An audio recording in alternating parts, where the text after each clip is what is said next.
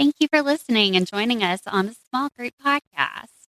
Please give us a like and subscribe. And if you could just share it with someone who you think could benefit from this. Our goal is to grow and learn and be helpful together through honest discussions as we talk the walk.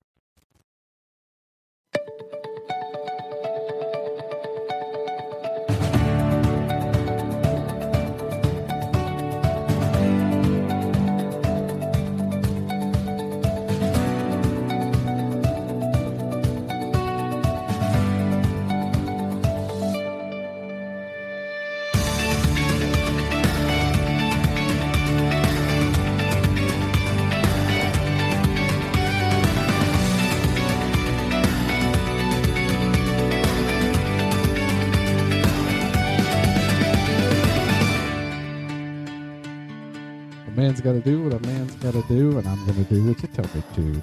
This is a Small Group Podcast. I'm Benjamin. I'm Lacey. Sabrina. Sabrina's back again. Tonight, we are joined by a special guest, Dr. Benjamin Harrison. Hello. Thank you for having me. I know Lacey's been very excited about this episode. This has been a long time coming. I am so excited to talk about the Enneagram with y'all. So this is going to be so much fun. First off, Sabrina, welcome back. Thank you. It feels like it's been forever since I've been on the podcast, so I'm very excited to be back. So you went on a very relaxing vacation. Well, okay, I only have positive things to say about our mission trip to Guatemala, and Taylor's not here tonight, so I feel like I should dive deeper into that once he's back. But I will just say that that was a really special trip. It was my first international mission trip, and just have so many positive memories and things to say about Guatemala, the people there that we met, and some of the work that we got to do. And I definitely left feeling encouraged by the community there. So I'm very grateful. Oh, I love it. I cannot wait to hear more. And where's Taylor? He is in Nashville. Well, I guess now he's probably around Troy, Alabama, but he spent a week in Nashville at Impact, Senior Impact. So he took 4 teenagers from our church there. I know that he had a really special time. I was sharing with everyone before we jumped on that he sent me a text a few days ago and said, I am extremely exhausted, but I wouldn't have it any other way. And so I know that he's having a really good time there. And, you know, it's focused for the teens, but I know that he's gotten so much out of the messages that the people have been leading Impact have given. And I definitely see how God is working in everyone's lives who's there right now. So, yeah. Yay. I love it. I love it.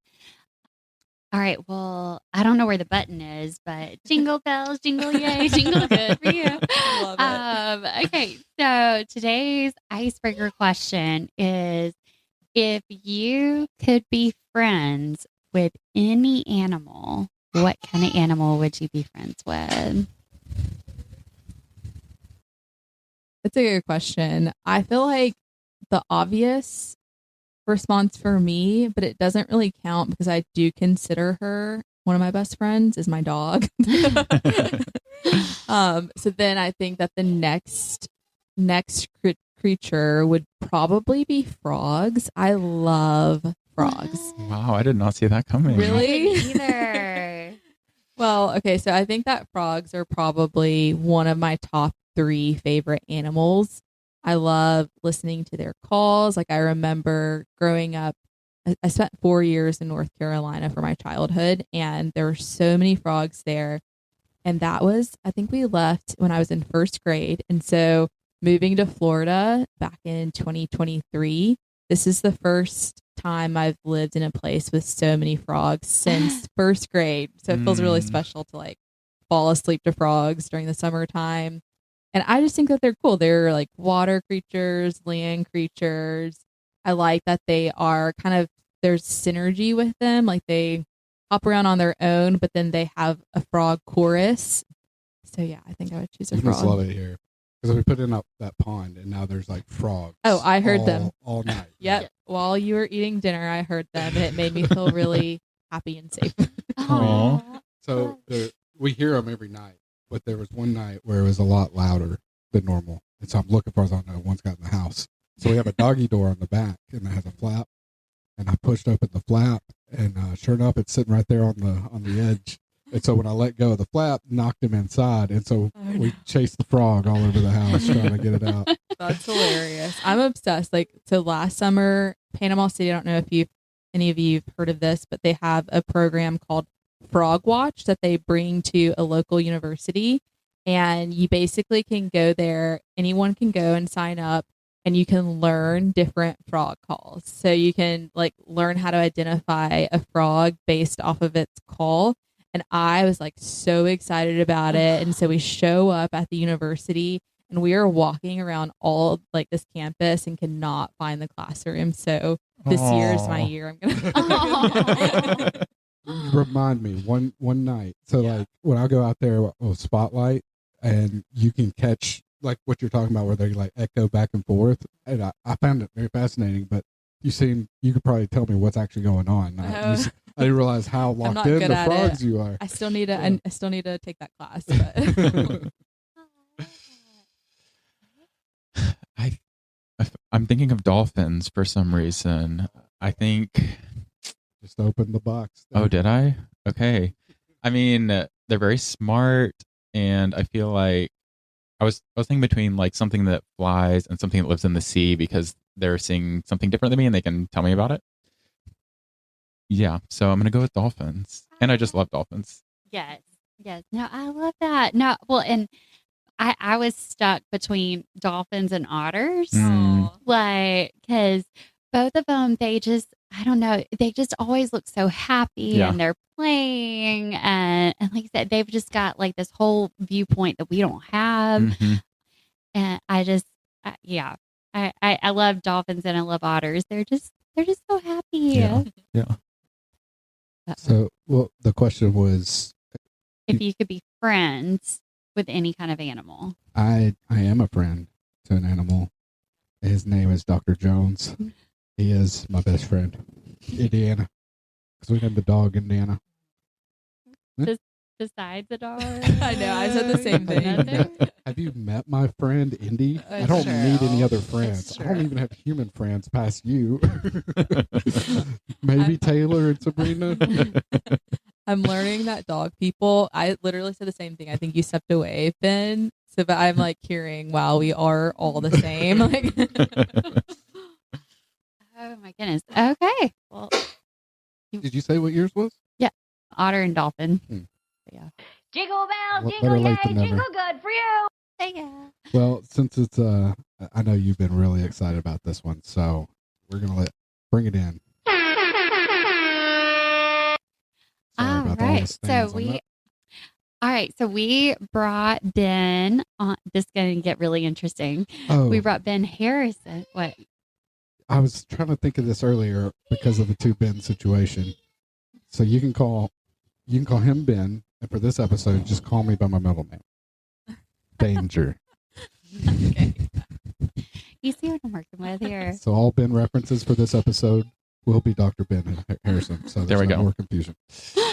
All right, so we brought Ben Harrison onto the show to talk all about the Enneagram. So let's just go ahead and dive into it.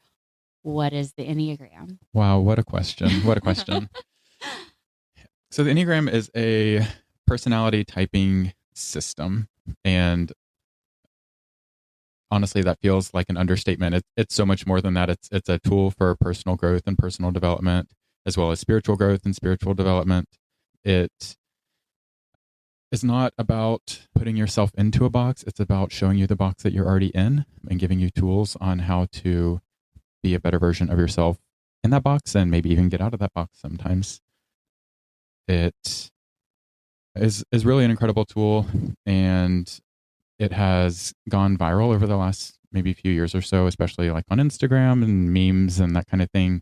And that's somewhat the Enneagram, but it's just barely scratching the surface of what the reality of the Enneagram is, the deep knowledge and wisdom of the Enneagram that can really transform and change your life in really incredible ways if you give it the chance to.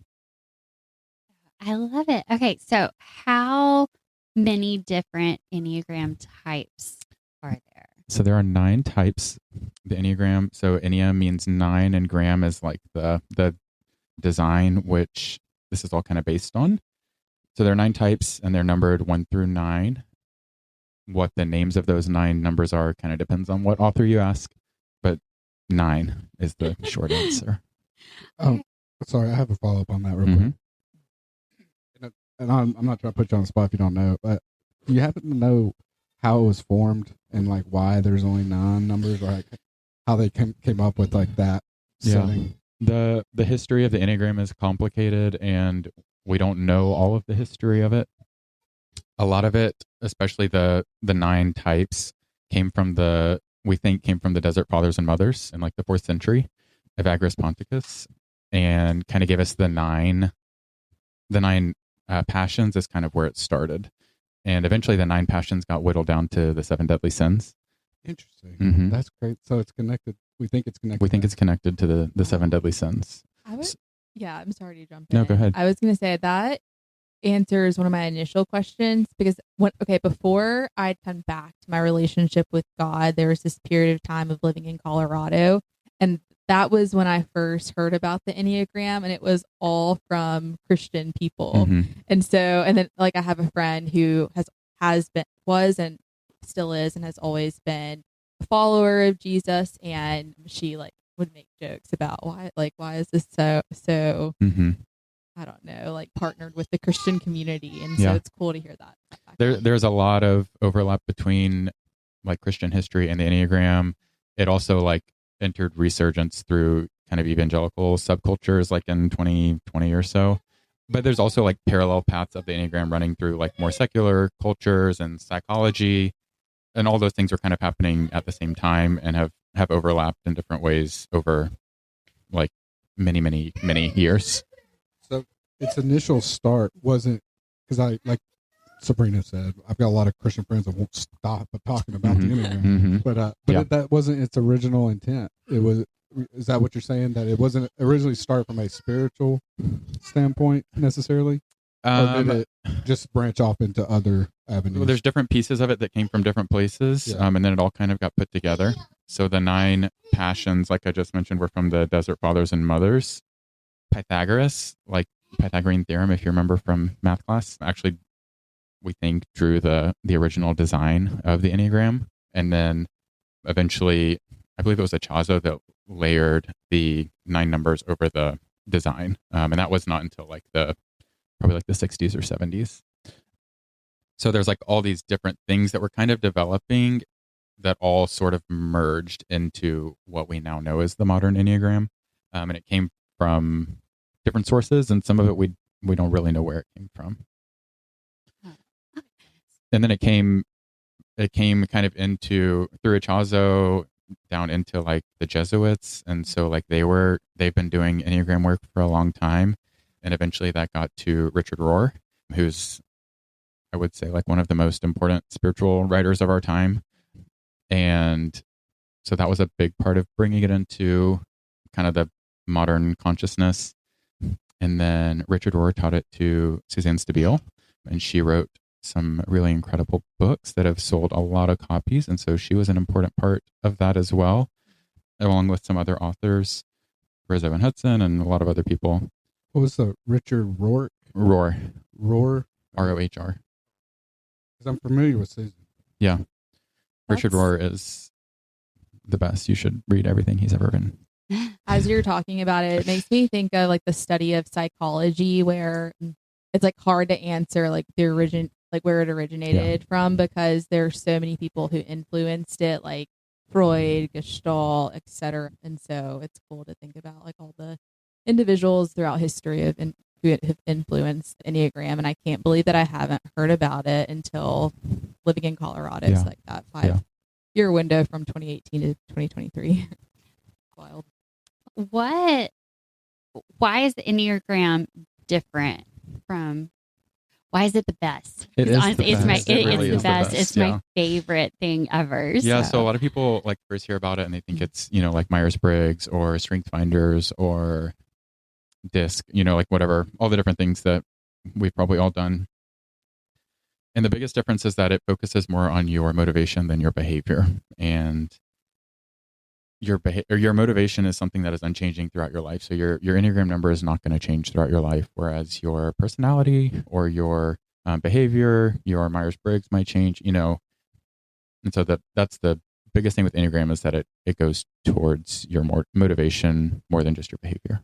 Well, to that point, and one thing that really got my attention, because I did the disc and did all that stuff, is, and yes, there are, and I know we'll get into more of this, there are tests for the Enneagram, but it's more about discovering your number instead of taking a test and being assigned. Right. And that's what I love about it.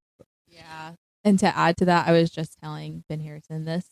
I really love that it doesn't, like, a lot of the experts encourage you to not spend money to take the test. I feel like that makes me feel like, okay, I can trust this not test. There are people trying to make money off the Enneagram, and if they're trying to make money off of you, then they're probably not teachers you should be following, in my opinion. Real quick. Yeah. And not to jump ahead or anything, but it's part of it too, because we did a couple of different studies on it. And I remember a big part of it is not assigning someone a number. I know we can speculate. It's fun to speculate, especially like fictional characters and stuff. Oh, I think that's a 9 or whatever. But it's important. Like they emphasize to not diagnose. Am I misremembering that? Not diagnose somebody. But it's more centered around your discovery of who you are, and right? finding Because out what number works. You and I could have the exact same behavior in a certain situation, but we could be coming at it from completely different places and be acting from completely different motivations. I could be watching Lacey do something and assume I know what her intention or her motivation is. I have no idea. Yeah. She's the only person that knows that, and so that's what distinguishes the Enneagram. I think also, going back to Myers-Briggs, like taking it, I'm like, I'm not really an introvert or an extrovert. Like I'm some other third thing. Like it depends on the situation. It depends on how I'm feeling. Like there's so many, and the Enneagram helps to say like, yeah, it's not about whether I'm behaving in an introverted or an extroverted way. It's about like, why am I behaving in that way? Which, okay, if someone tries to diagnose me, like that doesn't hurt my feelings, or because I feel like I know my number, but the more I talk to you, you keep giving me looks like, yeah, I don't think you're. So I'm still searching because I feel like I'm missing something. I said the same thing to Ben too. Like, I don't know if I'm actually a 6, but I selfishly hope that I am a 6 as someone who is listening to the expert who's a 6. Oh, you can thank tell you. me more Thank you. about Yeah. myself. Maybe. Well, but I had a friend that was like, "Oh, you're definitely a 7." And the more that I looked into it, I was like, "Actually, no, I'm a 9 with ADHD." Yeah. Like, Yeah. So what we're saying is, don't diagnose people, but we're here to be diagnosed by Dr. Ben. Well, don't Yeah, diagnose people. And Lacey, like you said, like there are layers to like who we are as people, and diagnoses and trauma and like all of that kind of stuff can affect the way that our personality comes across as well. And other people can't see all of that stuff that's happening internally. And so it can be a little bit reckless to start going around and assigning numbers to people. So what Lazy. is the best way? I may or may not have called Lacey out for that once. She's fun watching like a movie or something with, because That's harmless. She's a 9. Yeah. She's a 4. I have way too much fun with it.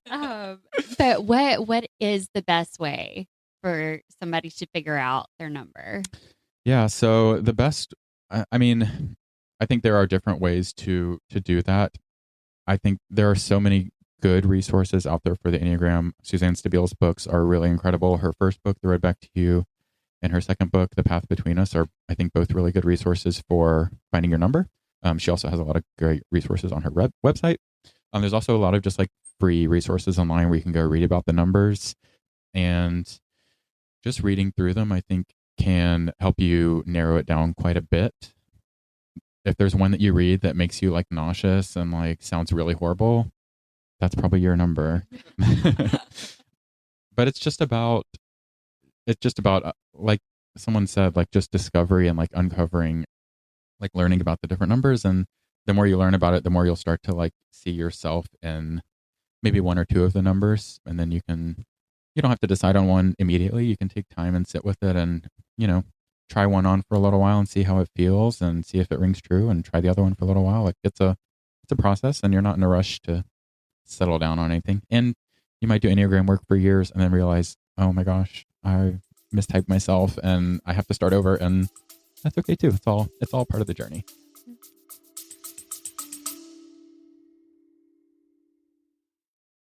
Visit our website, smallgrouppodcast.wordpress.com, to find more information about us, past episodes, guests, and all the ways to listen.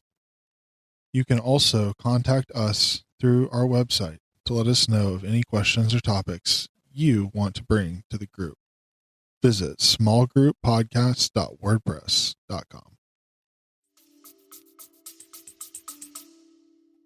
As long as you show up on one of the numbers, right? Because then you're in trouble if there's not. Yeah. Yes, there's no 10. Inventing new ones.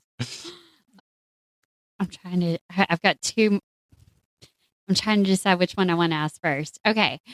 I'm going to do this one first. Okay. Because I want you to go through, just give a brief overview over all of them. Okay. But first, okay, when you like discover your number, what do you do with that? Like, okay, I'm a 9. Now what do I do with that information? Yeah, there are a lot of different ways to go with that. I think initially it's just having, like, it brings you this new awareness of yourself, and you start to see yourself in a way that maybe you couldn't see yourself before. It can help to give you language to understand yourself in a new way, especially if you're reading through a book about the Enneagram and learning about your number specifically. Like, I remember just like things just clicking into place in my head of like, I've always had this like thing that's happening in my head. And I kind of thought, like, at times you think like, oh, everyone's dealing with this. And then all of a sudden you're like, oh wait, not everyone's dealing, like not everyone is like second guessing themselves constantly. Like, wow, that must be really nice for them. But then you're like, wait, but there are other people who are the same as me. And like, there's a real, Not if you're a 4. There's a solidarity in that of like, okay, we're the same number. Like, we can relate about this thing that like feels really personal to me, but like we kind of see the world in the same way. And like, you start to develop an awareness that, okay, other people don't see this world the same way as I do. And like, that gives me so much more compassion for people.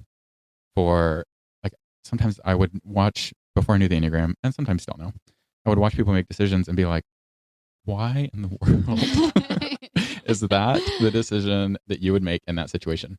And now, especially if I know their Enneagram type, I can like maybe have a better understanding. Even if I can't completely understand, I can have some better sense of understanding and have more compassion for, okay, I can see kind of like maybe how you got there, even though that's not where it would have taken me.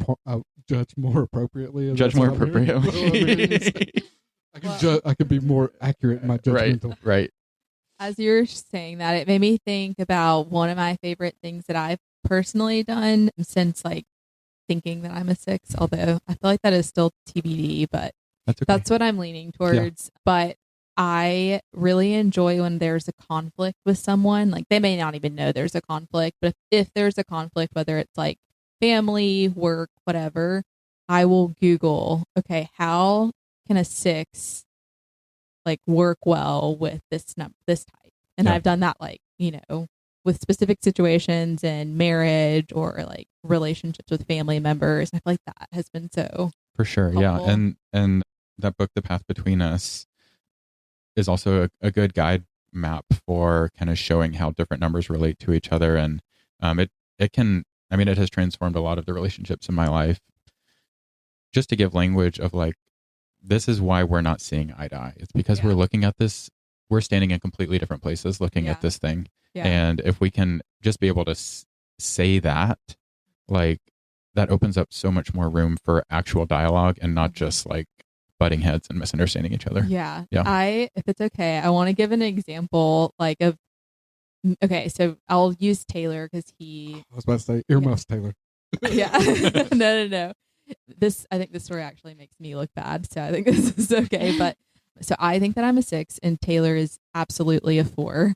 And he's like very emotional. I mean, I can't explain it as well as you've been, but from my perspective, just like emotional and like feels deeply and cares about like being seen. Mhm. And I feel like the dynamic is I like want to get things done and I want to make sure like there's no risks involved. And so there will be times like we're in the kitchen and he's trying to read me something he wrote or like show me a song that he really likes. I'm like, we have to get dinner done. It's 8 p.m. And I think in his head he's like, she doesn't care. Like Mhm. Yeah. And so kind of what you're talking Yeah. about, like the motivation is different. And we're Yeah. we're And- experiencing the same existence, but we're perceiving it completely different. Yeah, and just having that awareness so that like then like you can know, oh, like this is hurting him by like me, Yeah. and he can know also on his side is to say like, okay, she's not trying to hurt my feelings, like she's Yeah. just trying to get dinner done. Like you can Absolutely. kind of meet in the middle on that, and that can be Yeah. really helpful. Yeah. Yeah. I love the Enneagram for that Yeah. reason, I think. Well, and it has helped so much just in relationships, and like my relationship with my mom has grown so much because my mom is an 8. She's Mhm. driven by the need for control, and everything makes sense now. Mhm. Like just random examples, she doesn't like to fly. She Mhm. doesn't like to be on a plane. I love to be on an airplane. I love it. It makes me happy. She doesn't. I finally figured out she's not the one flying the plane. She likes the control of Mhm. being in the driver's seat and getting from point A to point B. She wants that control. She doesn't want to trust somebody else to get her there. Yeah. And I'm like, that makes sense now. Yeah. And Yeah. so it really does help with the relationships. Being married to a 4, we just need to like form some kind of support group because Yeah. just good luck to us. Love you, Aw, honey. I love 4s actually. I love them. They're just Yeah. hard some days. Love you, honey. They're the most complicated number on the Enneagram. Oh, Yeah. are they? Mhm. Yeah. Yep. Interesting. Yep. Okay.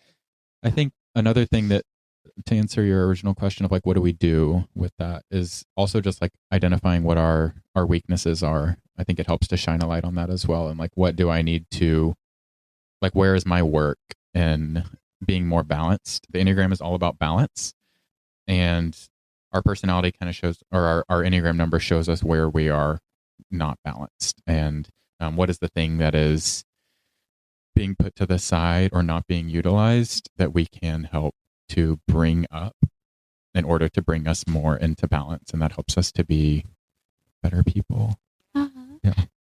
Well, can you take us through the Sure, Enneagram? yeah. I know that we could spend 18 hours straight talking Mhm. about this, but if you could just Yeah. kind of give us a synopsis Yeah, on I'll each. do my best to run through all 9.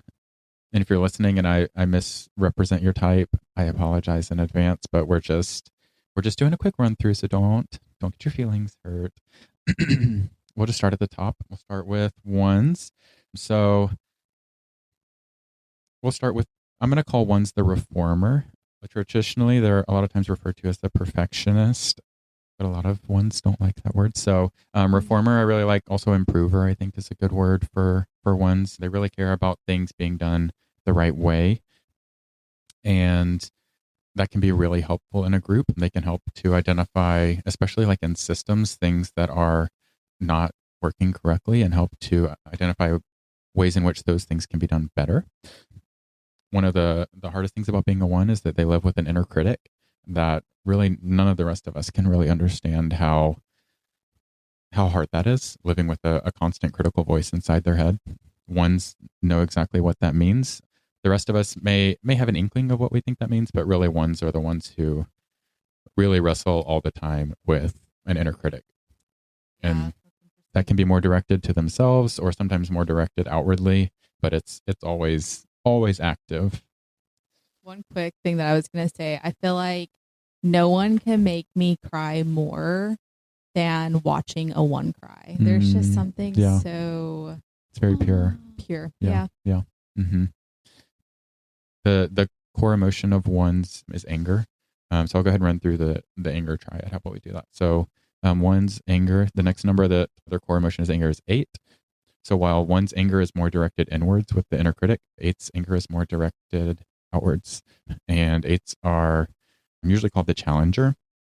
And they are, one of the questions you guys were asking was what is the most misunderstood number on the Enneagram? And it's probably 8's. The rest of us kind of perceive their anger as them being angry all the time. And they're really not that angry, but their energy is just really big. And a lot of times it comes across as anger to us. A lot of times it is anger, and they've got their own work to do on that. But that's kind of where 8's come from. They care a lot about justice, and they can sometimes be perceived as a steamroller. I like to think of them more as a snowplow because they're really trying to get something done and make a path for the people that are coming behind them. They really do care about other people. But like I said, they're pretty misunderstood, so not a lot of people see that. A quick question. Yeah. Is there a number that tends to work well with 8's? And the reason I ask that is I feel like I actually experience I don't know, pretty good relationships with 8's. Yeah. I think if you can have an awareness of like what's happening for the 8, that can like make a huge difference. I think honestly, it's interesting to say like a 6 a lot of times struggle with 8's because that anger can trigger fear. But a lot of people are looking for someone to follow. And if you're looking for someone to follow, 8's will gladly be the person that you follow. They don't necessarily have to be in control, but they do not want to. 8's do not necessarily have to be in control, but they do not want to be controlled. So that's kind of what it boils down to for them. Continuing through the anger triad, next is 9's. And 9's anger is usually repressed. So they don't usually express their anger until they do. It's said that 9's kind of carry around like a bow and arrow, and they have like a quiver on their back, and they've got some arrows back there, and all of their little anger things are just stored back there, and you don't see them very often, but every now and then they may whip one out and sneak it out on you. So that's kind of how 9's anger comes out. It's sometimes passive aggressive. It's sometimes just passive, but 9's anger comes out a little bit differently than what we're used to with 8's and 1's. 9's, their passion or their sin is sloth, and so they tend to struggle with getting things done. They're always doing something, but it's just not necessarily the thing that they need to be doing. They are called the peacemaker, and so they care a lot about trying to just maintain status quo, and that is really important to them, trying to maintain the peace both internally and externally, and that is kind of what 9's are generally working towards, unless Lacey has any corrections for me there. How do you feel, Lacey? No, it's seen. Yeah. But no, because it's funny because I don't get angry very often, but when I do, I don't know what to do with it. Yep. And it's never, I am angry about this one thing. Yep. It's, I am angry about 18 different things, Mm-hmm. and there was the final straw Yep. kind of thing. And it's usually on a bad hair day. Mm-hmm. So, Yep. because it's like, and on top of everything, my hair looks awful. Yeah. So, The straw that breaks the camel's back. yes. Yeah. So, but no, yeah. Yeah, there we go. Okay, let's move to, I'm saving fear for last because that's me, but let's do the shame triad next, which is also the feelings triad. So that's 2's, 3's, and 4's. And 2's are often called the helper. So 2's are, it sounds really, really nice. They really want to help you. That's kind of where they get their sense of feeling loved and wanted, is that they are there to help you. And so if you need something and you need something done, a 2 may just like appear next to you and offer to do it for you or to help you with something. 2's are, a lot of people, especially women in the church in the South, will, when they first read through the Enneagram, be like, "Oop, I'm a 2," because that is what this culture kind of tries to shape women into. And that doesn't mean you're a 2, but it can be the way that behavior gets shaped a lot of the time. And again, that's why we're kind of coming back to motivation. And 2's care a lot about relationships and about how, like, do you still like me? Like that kind of thing is very 2-ish. but it fits in very well at church. It looks very Jesus-y of like trying to help people all the time, but it can also get messy of getting too involved in other people's lives and having a hard time with boundaries. Those kind of things can be really challenging for twos as well, but they're also very helpful. Type 3 is the achiever, and so they care a lot about kind of how they're perceived. There's a lot of performance and kind of achieving for success, and that can look a lot of different ways for a lot of different people of kind of how they define success. But that's kind of what 3s are. Some people call them the chameleon because they can kind of walk into a room and instantly read the whole energy of the room and figure out what the room needs, and then they can become that. And a lot of times they do that without even like a conscious thought. It just happens and they just become what the room needs to be. And that can be really great. And it can also be dangerous for that person because they can kind of lose track of themselves. And so that can be a pitfall for 3s. I really like that you're going through each of these. Like what's coming up for me is a lot of these types I have often thought, oh, I wish I was the achiever, or I wish I was the peacemaker. But with each of them, it shows like, no, there are some pretty unique challenges Yeah. for each type. Yeah. So I think it's important to note like there are no good numbers or bad numbers on the Enneagram. They all are a mixed bag, right?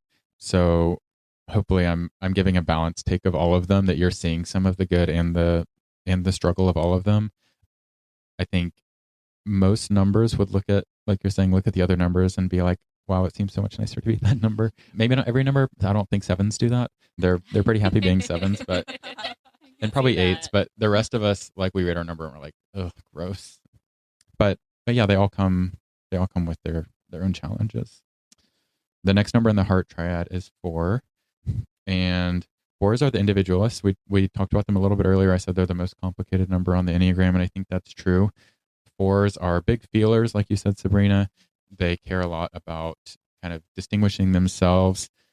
They can have a sense that they are uniquely afflicted or have some core piece of them that's missing, and that can make navigating life a challenge because they kind of move through the world with that perception of themselves. And so that can be really hard, but it can also be something that they kind of wear as like a badge of honor, that they are kind of distinct and set apart. And so that's kind of what makes them special, and they enjoy that as well.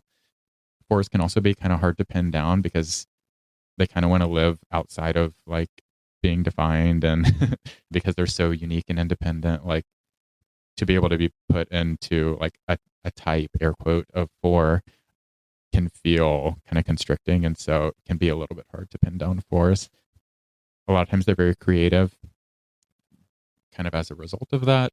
Like you're talking about Taylor showing you, things he's written, and Taylor's a very creative person. That's very common for 4s. They like to generate and create things, and they have a very rich internal life that is just like very vibrant. And yeah, that's like kind of where that creativity comes out of. Is really cool. I have a question. Yeah. Okay, so I was looking up like what's one of the rarest Enneagram types, and it looked like, of course, one of them is a 4. Mm-hmm. At least that's what I Googled. Is that what you've learned, or? I have a hard time with statistics about numbers. Okay, yeah. There are some statistics that get quoted a lot that there are more 6s than any other number in the world, like by a long shot. Like it's heavily disproportionate towards 6s, and that just has not been my experience. I don't know that many 6s. Yeah. But yeah, I do think 4s are, I don't know if they are more rare or if they just want to be more rare. No, that's why I asked, because when I So saw I don't that, know. I don't know. Yeah. I feel like I know a lot of 4s. So, but I don't know. That's I don't funny. know. Well, Yeah. and then to your, like, I think if you're not aligning with your actual number, then statistics gets tricky because Sure. it's not. Yeah. It's not right. Right. Yeah. Yeah. Okay. And then we'll move into the fear triad, which is, I've been putting off for last because that's mine. We'll start with the 5s, which are the investigator, and they tend to respond to their fear by trying to gather information and trying to kind of better understand what they are up against. They're very, very cerebral. So these are the head types, the 5, 6, and 7. They really live kind of tucked away in their head a lot of the times. 5s, that's kind of their favorite place to be, is to be in their head thinking and gathering information and data. And those are things that they really value. They tend to kind of offer those little tidbits of information to other people as gifts because they really hold on really tightly to them and they matter a lot to them. Fives have a more limited battery life. So they tend to like wake up in the morning with like a set amount of energy for the day. And when that set amount of energy is gone, your five is gone and they may just like disappear from the room. Like if you're at a group function, the five is going to be the person that does the Irish exit and they're just gone and bye. Their battery ran out, they're gone. But when you're like in a conversation with a five, it's like very intellectual and focused, and especially if it's something that they're kind of is one of the things that they're passionate about, they love to talk about that kind of stuff. But a little bit more of like a cerebral type. But I love fives. I love talking to fives about the things that they care about, and you kind of see them light up is really fun. And then we'll go to sixes, which is where I land. Sixes are often called the loyalist. And when we talk about 5, 6, and 7 living in the fear triad, sixes are like doubled down in fear. Our core emotion is fear and our passion is fear. So we get kind of a double dose there. Sixes, I think sixes are more complicated than people give them credit for, but maybe that's just me as a six. But sixes can respond to fear in different ways. A lot of times sixes can come across as being scared, and you can like almost read the anxiety coming off of them. But that's not always the case for sixes. There's a spectrum within six between what's called phobic and counterphobic. And so towards the phobic side is like I was saying, people that you can kind of just like in a conversation, you can just feel anxiety like radiating off of them. Versus a counterphobic six is going to kind of come across as more confident and self-assured externally. But again, we're talking about kind of what's happening internally. There's still a lot of fear happening inside the six. They are just kind of combating the fear by trying to come across as being more confident and self-assured. And that's the more counterphobic end of the spectrum. And I like to think that sixes kind of move around on that spectrum and can kind of be in different places there, depending on the situation and different factors. Sixes also have a hard time trusting themselves. And so they're constantly second guessing themselves. And sixes also have a difficult relationship with authority. Some sixes really are looking for an authority figure.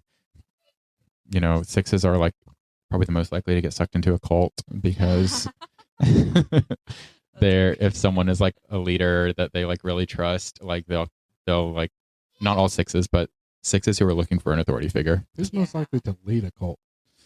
4, I think. Yeah. I don't know. I don't know. That's a good question. Taylor definitely popped into my head. But then some sixes are like, and a lot of sixes are very skeptical of leaders. And so like would also be like the least likely to join a cult because they're going to like really suss out whatever you're trying to sell them before they buy in. But usually once a six buys in, like they've pretty much bought in, which is why a lot of people call them the loyalist. And speaking from personal experience, sometimes we stick around longer than we should out of a sense of loyalty because we don't trust ourselves to get out. But I'll talk about sixes all day, so let me move on. We save the best for last. That's type 7. They sure think they're the best. Sevens are a lot of fun. They respond to the fear that they're feeling by reframing it. And so whatever fear they're experiencing, they're going to do their best to get away from it because they don't want to experience really any negative emotions, which, I mean, who does? The 4s do. No, I'm just kidding. I love you 4s. 7s really don't want to experience negative emotions. And so anytime negative emotions are coming up, especially in a 7 who's not like having the awareness around this, they're going to do their best to escape that negative emotion. They have a fear that they're going to get trapped there. And so they're always looking for an exit out of that negative emotion into something more fun. And who could blame them? Yeah. Is there any research on like, because what you're describing, it makes me think, do 7s have like less of a chance of experiencing depression or? So 7s are just generally 7s have a hard time being in touch with their feelings. Okay. And so I would say depression, they may be experiencing depression, but like fighting a lot harder to get away from it, and can like therefore be more at risk for addiction and things like that, because if they are experiencing depression, they really don't want to. They really want to escape that, and they sometimes don't have a lot of coping skills for experiencing negative emotions because maybe they've been able to avoid it for a long time. And then eventually, they reframe everything to try and get away from the negative emotions. Eventually, life hits you, right? And you can't reframe everything. Something's going to catch you, and that's a really hard place to be as a 7 when that moment comes, because then there's all these things in your past that you haven't grieved, you haven't experienced like the hard emotions of the hard things you've been through, and that's all waiting for you. Just because you escaped that hard feeling doesn't mean it's gone. The body keeps the score, right? And so like that's still in you, and you're gonna have to get back around to it at some point. And so I have a lot of compassion for 7s when that moment does come. I think 7, it sounds like, is probably one of the best examples of a lot of what we talked about already, as far as like discovering yourself and learning more, not just about yourself, but other personalities. Mm-hmm. Because everything you describe about the 7, especially, it's like, man, it's so, I'm not trying to diagnose anybody, but just like as you were describing that, what kind of came to mind was Robin Williams.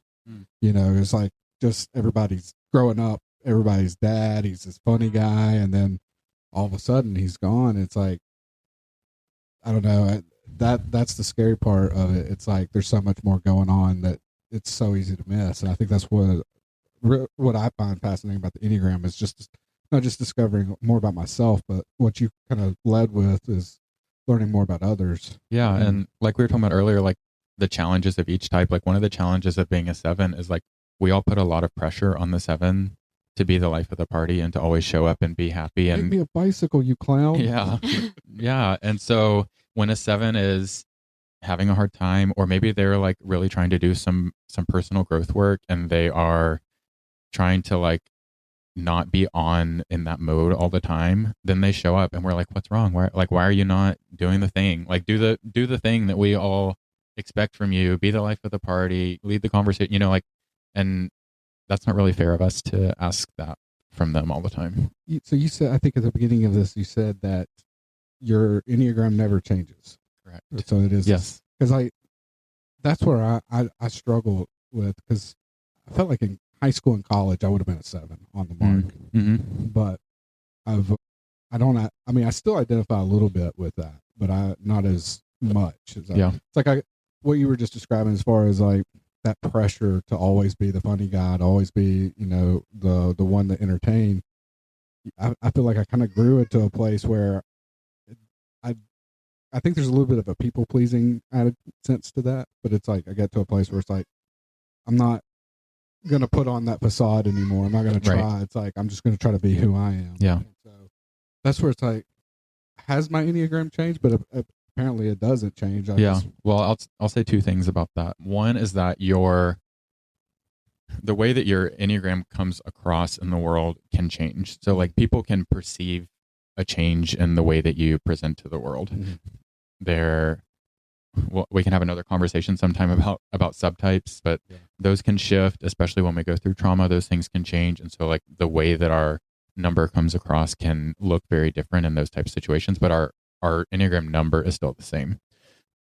Another piece I'll say about 4s and 7s is they seem like on the surface like diametrically opposed to each other, right? They seem like so like 4 and 7 doesn't seem like it should have anything in common. Where they can have some similarity is, and like a lot of times as kids, 4s and 7s can look really similar. They both exist like on the extremes of the emotional spectrum, and 4s can really like go all the way to the low end and go all the way to the high end. They're not really interested in what's in the middle. They like regular emotions or like regular experiences. Like they want it to be, if we're going to do it, let's do it big, like whichever direction, like 4s want that like energy and intensity. 7s are like that, but like chopped in half. So like they want the extreme, but they only want it on the high side. And so there can be some overlap there between 4s and 7s of kind of that intense, that drive and desire for intensity. Just as an example of, again, not diagnosing, but like I feel like my dad's probably relates more to like a 4 or a 5, probably more of a 4, and very extrovert. And so like in high school, I think that's where we kind of butted heads a little bit, because I felt maybe I'm probably more towards that side that you're talking about, like the two opposite sides. But now as I'm getting older, and I think we all kind of go through this, where it's like, man, I'm starting to turn into my dad, or I'm starting to turn into my mom, or whatever. And it's like I'm starting to kind of come around to, I see where he's coming from, and getting pulled back to that side. Yeah.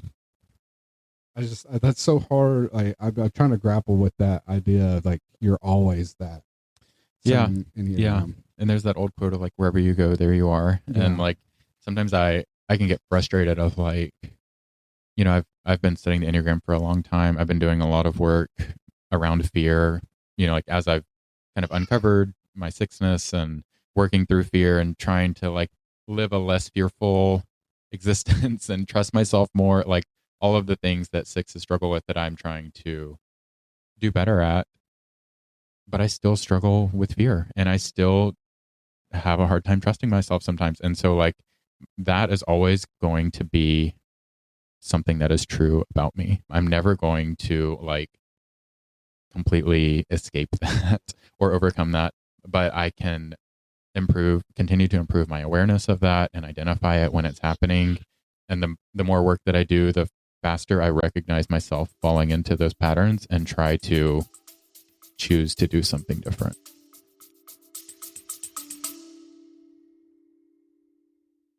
Have any questions or any topics you would like us to discuss, or just have comments about anything we discuss here at Small Group, then please email us at goat.bear.lobster@gmail.com.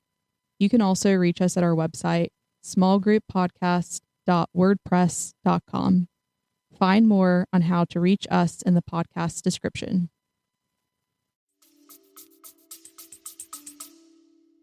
And I was going to say, like, I guess connecting it back to God, like we think about how like our strengths are often meshed with our weaknesses and vice versa. And so I'm curious, like, what are some scenarios where you would want each type? Yeah. So I talked a little about the passions earlier, which are, where we talked about the 7 deadly sins. And so each of those is assigned to one of the 9 types. And for each of the passions, there is also a virtue that's kind of like the counter to the passion, right? So passion is, kind of described as a more negative word. I wouldn't say it's completely negative, but more negative. And the virtue is like the positive, kind of like the alternate side of that. And so I'm trying to pull my list up here so I could. Okay. So I'll just read through the passions real quick. I've already done some of them, but for 1s, it's anger. For 2, it's pride. For 3, it's deceit. For 4s, envy. 5, avarice. 6, fear. 7, gluttony. 8, lust. And 9, sloth. And if anybody wants bonus points, you can tell me which of those 2 got left off of the 7 deadly sins. So one more time. Anger, pride, deceit, envy, avarice, fear, gluttony, lust, and sloth. Deceit and fear? Yeah. Very good.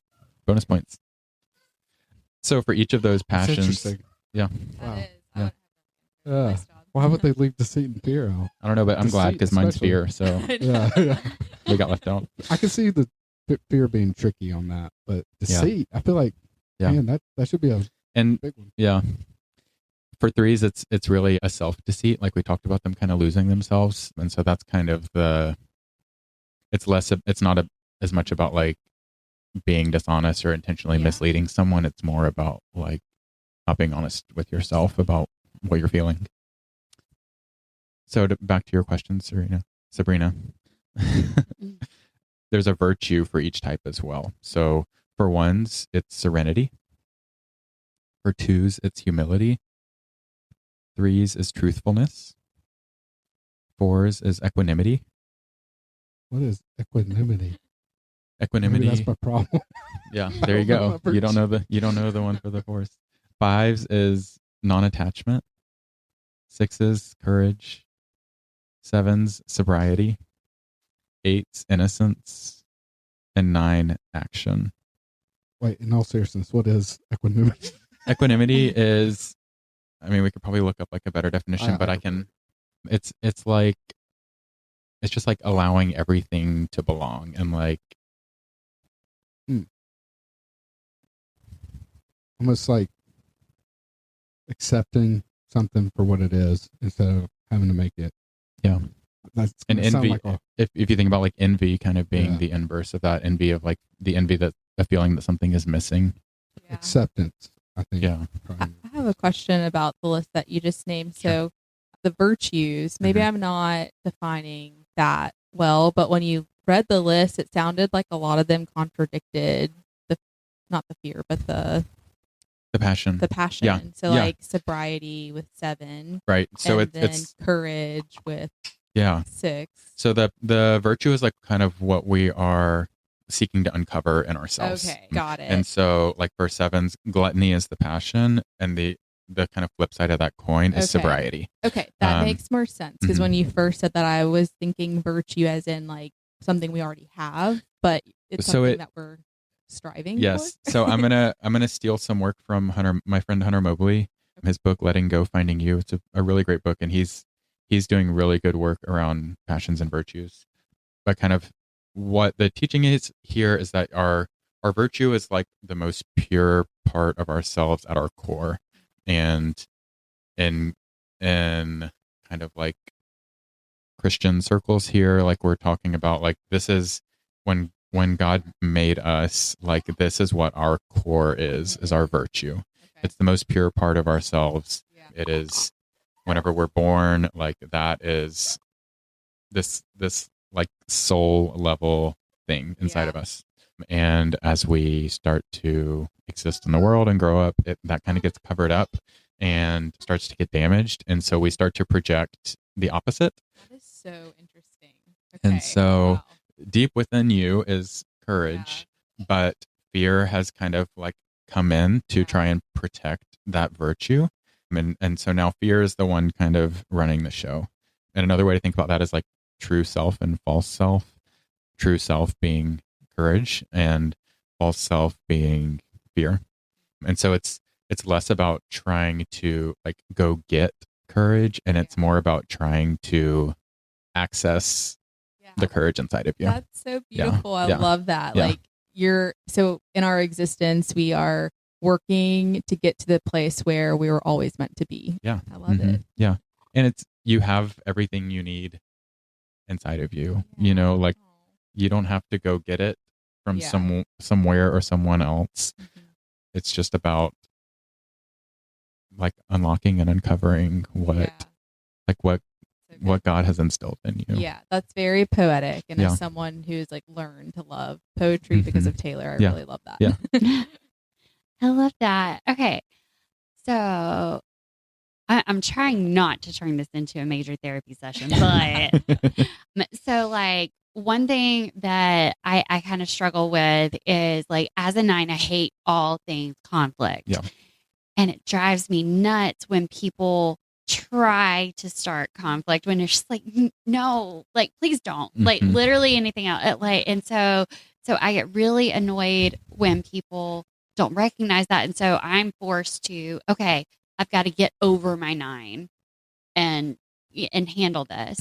So like how, like I, as a 6, how do you like not let your Enneagram get in the way? How do you just be like, okay, I know I struggle with fear. How do I get over this? So like, how do you not let your Enneagram get in the way of your life? Yeah. This is my question. Yeah. I think that's a big question, and it's a combination of a lot of things. There's the spiritual answer of like doing spiritual practices and trying to become more centered and live a more intentional life with the goal of being less reactive and trying to be more responsible and intentional of how we respond to situations. Our personality is like a pre-programmed thing, right? And like if we're not having awareness around the decisions that we're making, we're always going to like kind of go down that same path, right? Our personality is always going to kind of push us in the same direction of like, here I go back into this same old pattern again. And the intentionality or the awareness that comes from the Enneagram is hopefully helping us to have intentionality to break those old cycles and to get out of those patterns, because we can recognize ourselves doing those things. I can recognize my personality, my sixness, when it's taking over and driving the ship. Like I don't need my personality to be in charge. I need like my true self to be the one making the decisions here. But I have to know how to recognize when my personality is taking over, because that's what Right. gets me back into that same cycle. Gotcha. I like that. Um, There was one question I was trying to remember. It was, well, and as we're going to have to wrap this up, I know Lacey's got a bunch of other questions. So we may have to have you stick around for another. But why, maybe you have an answer to this, maybe not. I don't know. Is there any kind of like, why do you think people might miss, hang on, I had it written down a lot better than what I'm about to read. Yeah. Why do people often mistype themselves, you think? I think it's challenging. I think for some people, self-awareness is something that comes pretty intuitively. For other people, that can be harder, especially I think like if you're older and you have lived a longer time without a lot of self-awareness, I would imagine that can be more challenging of like, how do I start that now after like having lived a lot of years without maybe noticing some of those things. I think also like it can be tricky to know exactly what our motivations are for things, and to be like really, really honest with ourselves about where our motivation is coming from can require a lot of internal work and focus, and just like slowing down to observe ourselves. And our culture doesn't have a lot of space for that, really. Yeah. You know, life is so fast paced, and we get into those patterns of behavior that just kind of run our lives. And, you know, a lot of times it's not until there's some kind of crisis that we are forced to slow down and kind of look at ourselves. And too, you said something earlier too, that it's, you know, it's the number that makes you cringe the most is Mhm. probably your number. Yeah. And I think that might be because there's a lot of stuff about whether I'm a 4 or 5, I don't know, but either way, there's like, man, there's a lot of stuff that does not sound good. But you have that in every number. I Yeah. think Yeah. there's parts of that, but I think that might have maybe something to do with it, where you just being honest with yourself. Yeah. It can be hard to like some of those things, you know, as you start to uncover your number and read more things about it, like some of these things can be really hard to like acknowledge about yourself, and to like really some tough pills to swallow.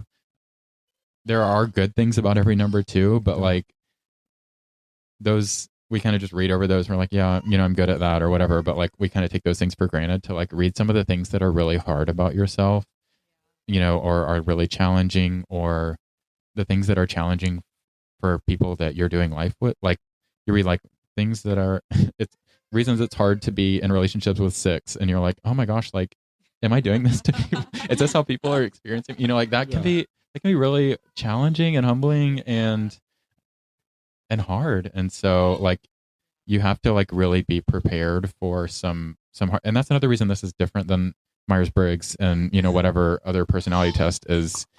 This is like deep spiritual soul work that you've got to like have a level of preparation and be ready to really dive into something deep. Yeah, I was going to say, when you were talking about our society doesn't we have a hard time with slowing down and paying attention to some of these things that the Enneagram is addressing. It reminds me of like on a larger scale, and I think the Enneagram is included in this. We have a hard time at paying attention to our mental health. And for sure. yeah, I wonder if the Enneagram, I'm sure it is used in like psychology settings. Yeah, for sure. Mm-hmm. Yeah. And a lot of therapists are using it. And I think, and a lot of this is changing like generationally, but like there are people who are not going to get into a therapist chair until things have really gone sideways. And then like trying to develop self-awareness and understanding in the middle of a crisis is really hard. Yeah.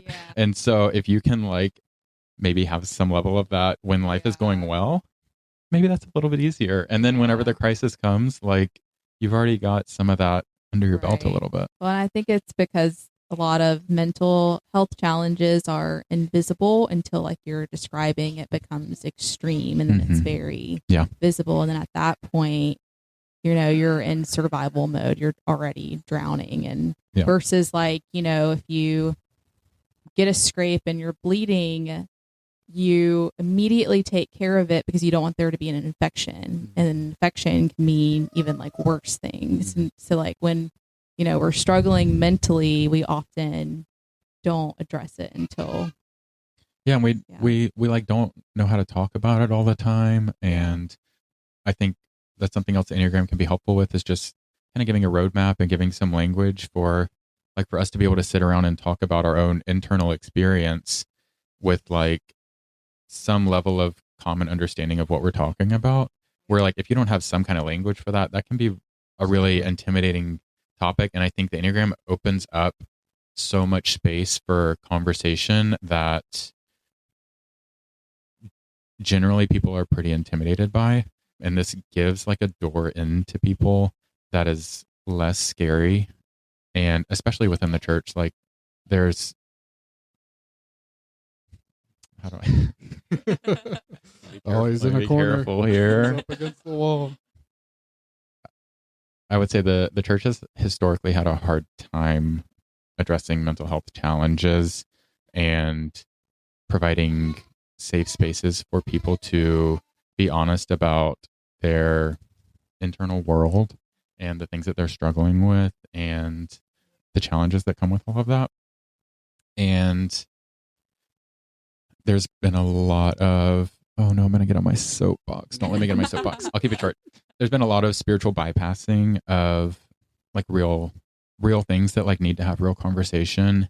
And we plaster Bible verses and prayer. I think those things are important, but like we plaster those things over things that are conversations that we need to have.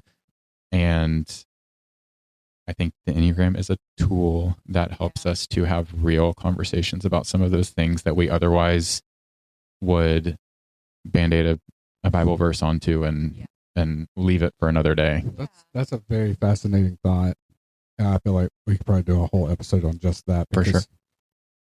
I think I'm just trying to kind of run alongside you here on what you're describing, because to me it seems like certain personalities end up in certain roles, like leadership roles.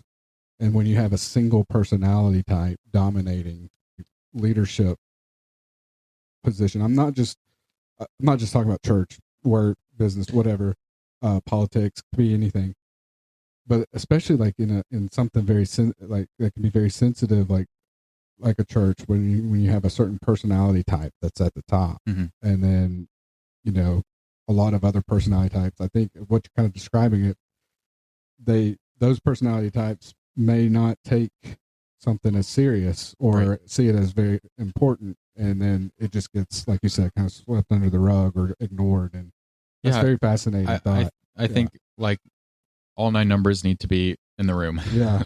And I think diversity, maybe not the 4s, but at least 8 of the 9.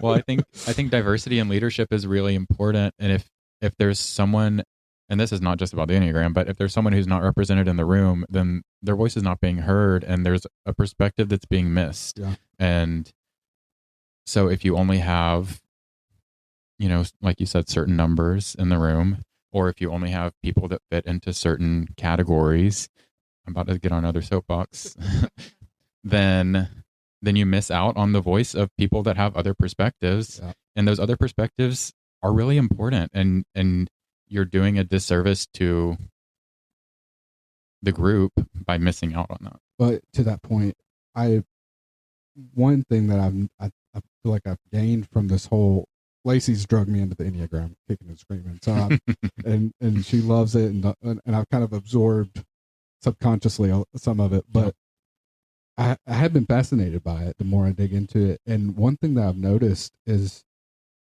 becoming more appreciative of differing personalities. Not everybody has to be the exact same. Yeah. And there's a lot of value in it. And as someone who's in a leadership role in work, in business, like I oversee a team of people, I've greatly valued the fact that we have a diverse type of personalities. Yeah. And I feel like we've got a good, solid diversity of personalities that work very well together. And I'm always bringing that up and praising my team for, like, hey, we all serve a unique purpose. We're all different in a different way, but we work very well together, and to try to be more appreciative of the value of that. Yeah.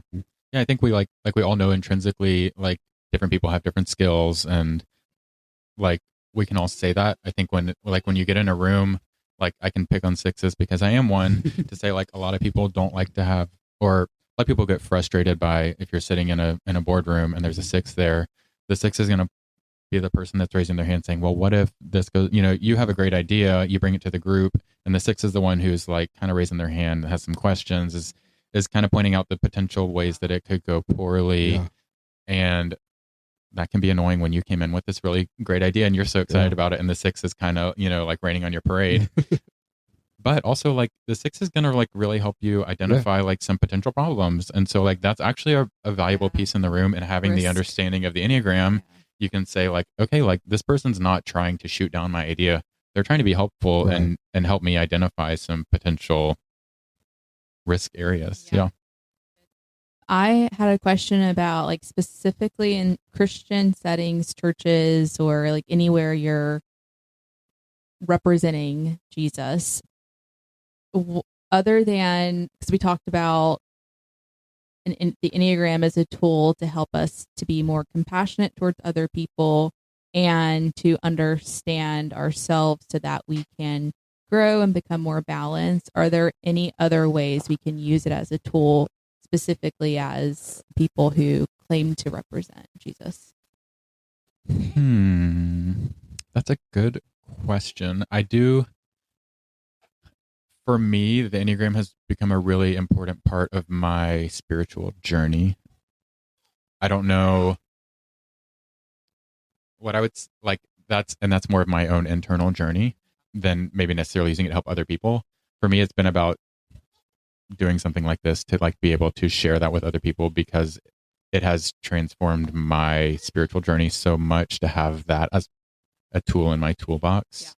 Yeah. And so to, like, hand other people that key to unlock, like, this other thing is something that I am passionate to care a lot about.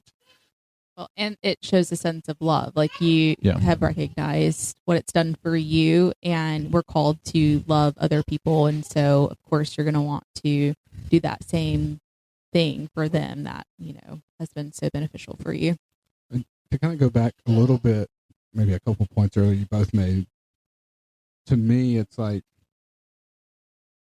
I'm probably repeating what you guys said, but just maybe a different way. But it's like, to me, it's added perspective. Mm-hmm. Not just, like I've talked about earlier, for other people and differences as a whole, but, like, this is kind of what drew me to the 4, and what kind of makes me think that I'm more of a 4 is because it's given me the language to apply to my ways of feeling. Right. Because there's been so many times where I feel like I'm different than others, but I can't quite pinpoint how and why. But the more I've studied and read into the descriptions of a 4 and all of that, it's it's helped me to kind of apply language to it in order to better grasp and grapple with that. Yeah. But it's like, it's adding that perspective, a different perspective. And I think that's where, at least for me, real growth has come from. Yeah. And as I am going through that growth process, hopefully that is helping me treat other people in a more Christ-like manner, right? Like it is like that's my answer to that question is like I am uncovering my virtue hopefully more and having more available access to that like true virtue inside of me, and hopefully that's coming across to people as I continue to like do this kind of work. It's about intentionality, and I think that's so helpful. Yeah. Virtue is such a interesting word, because that's one I've been trying to grapple with and try to better understand, because it's like, supplement to your faith, knowledge into your knowledge, self-control, and then virtue, or I think it's knowledge, then virtue, and then self-control, and trying to understand what virtue is, because it's not a word you typically use in everyday conversation. I think that's something to kind of dig into as far as what is virtue. When Peter's saying, hey, apply that to your knowledge, apply that to your faith, and then build into that, self-control and godliness, all that. But actually, I really, as we start to wrap this episode up, where you were going right there, or both you and Sabrina, as far as tying this back to Christ, and I think that's the big thing to remember. And all, we're trying to understand ourselves, we're trying to grow. This isn't to take place of, just like anything, this could be applied to anything. It can probably, you can get so deep into it to where you start focusing more on the Enneagram than relationship with God or relationship with Christ. At the end of the day, and I've been overwhelmed. I'm sure you've gone, as you've dug into this, it can get overwhelming trying to understand and trying to appreciate all of this. But at the end of the day, I think the most important part is obviously that relationship with God. And I've said it before, my default whenever I'm overwhelmed is, am I loving God? Am I loving my neighbor? Default to those two really one important command that Jesus gives, but trying to find and maybe you have a better one. If you do, we can end on that, but trying to find a Bible verse to kind of tie all this together. Best one I could really come up with, 2 Corinthians 3, where Paul's writing to him. Again, I read it in context, but I'm just going to come in at the end of the 3rd chapter. Again, when you get overwhelmed, it's like, try to keep that priority of why am I learning more, and what am I trying to uncover? What am I trying to, you obviously want to be honest with yourself and even get to the nitty gritty, the stuff that makes you feel uncomfortable. But Paul writes to the Corinthians, 2 Corinthians 3:17, now the Lord is the Spirit, and where the Spirit of the Lord is, there is freedom. But we all, with unveiled faces, looking as in a mirror at the glory of the Lord, are being transformed into the same image from glory to glory, just as from the Lord, the Spirit. And I think, it's like, we have all these differences, all these different types of personalities, and we've talked about, hey, that's good. It lends, you see things through a different perspective that can benefit me, and vice versa. But I think the thing maybe to just remember at the end of the day, all 9 of those personalities are beings, souls created by God in the image of God. Mm-hmm. And maybe that speaks to the vastness and complexity of God, that we encompass primarily one, and he's maybe made up of all of them, and it's very fascinating.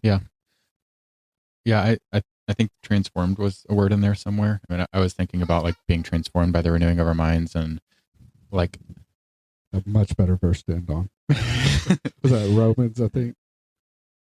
Being renewed, transformed. That's a Ben Maxwell question. Y'all can't put that on me. But yeah, like to me, again, the Enneagram is a tool. I know like some people think it's demonic or something. I don't know. It kind of looks like Can you- I don't know if you can hear my eye roll through the the microphone, book but that you're using to That was a reference. claim. Yeah. Wow. The book that you're using to reference does look kind of like a spell book. yeah. So- And the diagram, like people think it looks Yeah. like a pentagram. It's not. It's not. But all that to say, like, it's a tool. If you think it's demonic, then don't use it. Like, it's fine. It's not, and you're missing out. But like, I'm not All gonna you sixes out there that think it's demonic. like, I'm not gonna force anybody to use the Enneagram. You're not gonna like miss out on like. I mean, you are gonna miss out, but like, you can achieve spiritual development in a lot of different ways. So like, I'm not saying this is the end all be all. To me, it is a very helpful tool that helps me to guide my spiritual practices. It helps me to know and understand myself better. It helps me to be closer to God. And like, to me, that's being transformed by the renewing of my mind. That's what I'm working towards. This is a helpful tool to me to be able to do that. It has been helpful to a lot of people for centuries.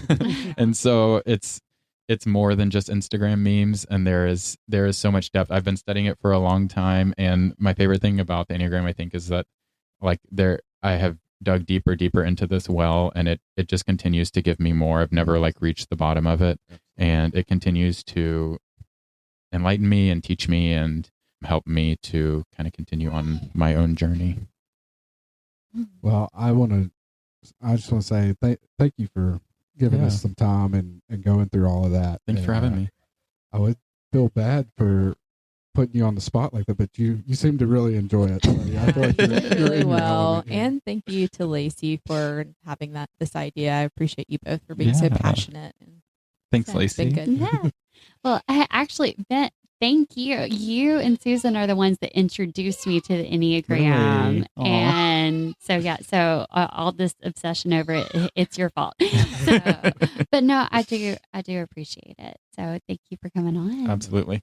And I know we're only scratching the surface on it, but hopefully this at least offers a good kind of starting point. If you don't know anything about the Enneagram, hopefully it's a good introduction for you. And if you have just a little bit of knowledge, maybe it does help for you too. But all you experts out there, thank you for bearing with us. And again, thank you, Dr. Ben Harrison, for joining us tonight. And great to have Sabrina back. We love y'all. So, and thank you guys for joining small group. Until next time. See you.